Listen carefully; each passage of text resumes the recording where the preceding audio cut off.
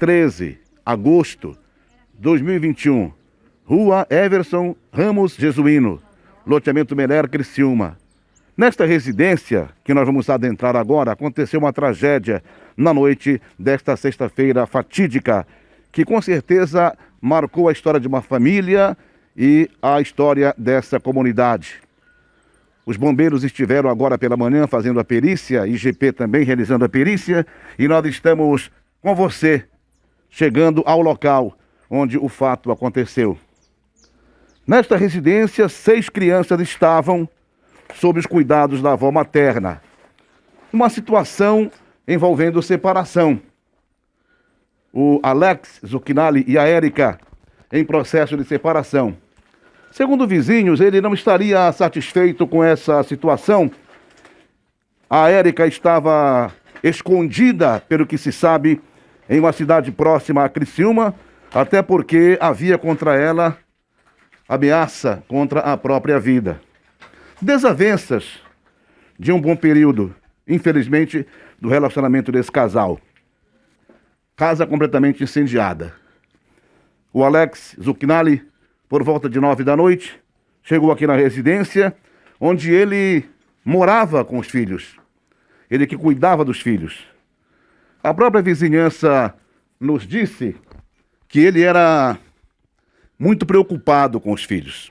Sendo dependente químico, os vizinhos o aconselhavam a procurar internação para tratamento, mas ele dizia que não queria, porque não queria deixar as crianças sozinhas. Estava preocupado, dizia ele.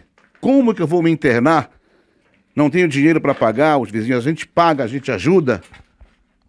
Uma casa com sinais da religiosidade, até porque a própria criança, Alexia, ela cantava na igreja, ela tocava na banda de música da escola, muito envolvida com a questão também da religiosidade. Acontece que o Alex, então por volta de 9 da noite, ele chegou aqui até a residência. Segundo informações, estaria sob efeito fortíssimo de entorpecente. Com uma faca, ele atacou o filho de 7 anos de idade, atingindo o joelho da criança. Segundo informações, e até pela posição em que o corpo encontrava-se quando a polícia chegou até aqui com os bombeiros e o SAMU para o reconhecimento e recolhimento das pessoas, a hipótese é de que a Alexia, ela teria segurado o pai no intento de salvar, de preservar a vida dos irmãos. Foi quando ela foi atingida por golpe de faca e veio a falecer aqui no local, na cozinha da residência. A polícia não sabe precisar ainda, o IGP não sabe precisar ainda se ela teria falecido dos golpes de faca ou se ela teria falecido devido ao incêndio, devido ao fogo. Um veículo de propriedade do Alex, ao lado da residência, foi também tomado pelo fogo. A casa à esquerda da residência começou a ter também problemas, o vizinho veio com água, enquanto os bombeiros não chegavam até o local. Uma boa casa que foi construída pelo próprio Alex Zucchinali, que profissão pedreiro, um bom pedreiro, é a informação, ótimo profissional. Os vizinhos, conversei com alguns, mas que não quiseram se manifestar publicamente, diziam que era um bom cidadão, trabalhador, responsável, mas quando estava sob efeito do entorpecente, aí a situação ficava realmente muito complicada. Muito complicada ficava a situação quando ele estava sob efeito do entorpecente. Ele, quando ateou fogo na casa e quando esfaqueou a filha e o filho, ele fugiu em uma bicicleta. Na própria bicicleta, guardada pela vizinhança, ainda estava a faca, uma faca, que não se sabe, claro, se esta faca teria sido usada aqui no momento deste crime horrível que aconteceu na sexta-feira, dia 13 de agosto, no loteamento Meler. Uma faca deixada, que não se sabe ainda se é a faca utilizada neste crime bárbaro que aconteceu na sexta-feira, 13 de agosto, aqui no loteamento Meler. A mãe da criança, a mãe da Alexia, deixou nas redes sociais o seguinte: você me deixou, filha, por um monstro que dizia ser seu pai. Você me deixou, filha, por um monstro que dizia ser seu pai. Um bicho animal que tirou sua vida, nega. Tô desesperada, sem palavras, coração partido. A saudade está me matando por não ver mais você sorrindo, brincando. Que Deus te dê um novo lugar no céu. Alex Zucchinali, 39 anos, é um velho conhecido da polícia. Ele soma 44 passagens policiais e, segundo a Polícia Militar, estava em liberdade desde 2019, após ser solto de um flagrante em audiência de custódia. Dentre os crimes, dirigir embriagado, resistência, desobediência, ameaça, dano ao patrimônio público, lesão corporal, falsificação de selo público, desacato, tentativa de homicídio e violência doméstica. Maria da Penha. O delegado Fernando foi quem fez o flagrante e o processo ficará com a DPCAM para terminar em 10 dias, pois é um crime de feminicídio.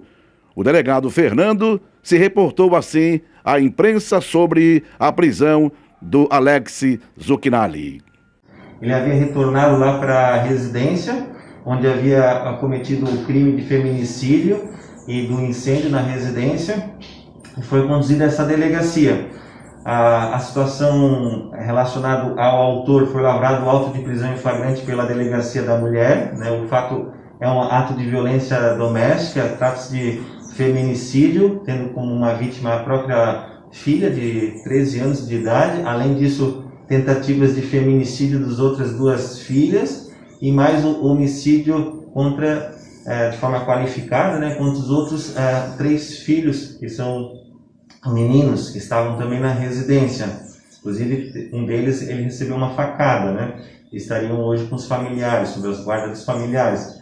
Durante o interrogatório policial, o autor ele se omitiu das informações, apesar de ele ter esclarecido de forma bem singela alguns dados, mas ele se omitiu com relação ao momento do crime, né, do incêndio em si, e com relação às facadas e à morte da criança, da filha dele, né, e a tentativa de feminicídio e homicídio contra os outros 5 filhos que estavam na casa e que, em tese, ele que estava cuidando dessas crianças, porque a própria mãe, né, isso falta ainda fazer alguns depoimentos, complementar, a mãe já não estaria mais na casa, talvez por receio e medo do próprio pai, que, né, é uma pessoa talvez violenta, como foi violenta nessa situação, cometeu esse feminicídio, esse homicídio e esse incêndio na residência da família. A mãe já foi localizada e o pai já tinha algum registro de boletim de ocorrência contra ele? Ele já tem alguns antecedentes, né, até de violência doméstica. A mãe, em tese, a princípio estaria na outra cidade, Laguna, e isso vai ser ouvido posteriormente, como alguns familiares e vizinhos, né, posteriormente também serão ouvidos para esclarecimento com relação a esse fato. A princípio ele está preso, já foi encaminhado ao presídio Santa Augusta e vai responder por esses diversos crimes de feminicídio, homicídio, tentativa de feminicídio e incêndio ocorrido na cidade de Criciúma. Só para esclarecer, delegado, sim, ele confessou o crime e se confessou, ele chegou a relatar qual foi a motivação? Não, ele não deu a motivação e não fez a confissão de forma direta. Só indireta, ele informou que estaria na residência com as crianças, né? E que a princípio seria isso, e não se recorda do que aconteceu com relação aos homicídios praticados por ele no interior da residência. Obrigado. Ele teria entrado com essa faca e depois ateado fogo. Isso teria sido praticado por ele as 2 ações? A princípio, ele se omitiu dessas informações, né? E esses outros dados complementares serão reconhecidos durante a investigação com oitivas dos vizinhos e até de familiar que reside ali na localidade, né? Para confirmar todas essas versões, né?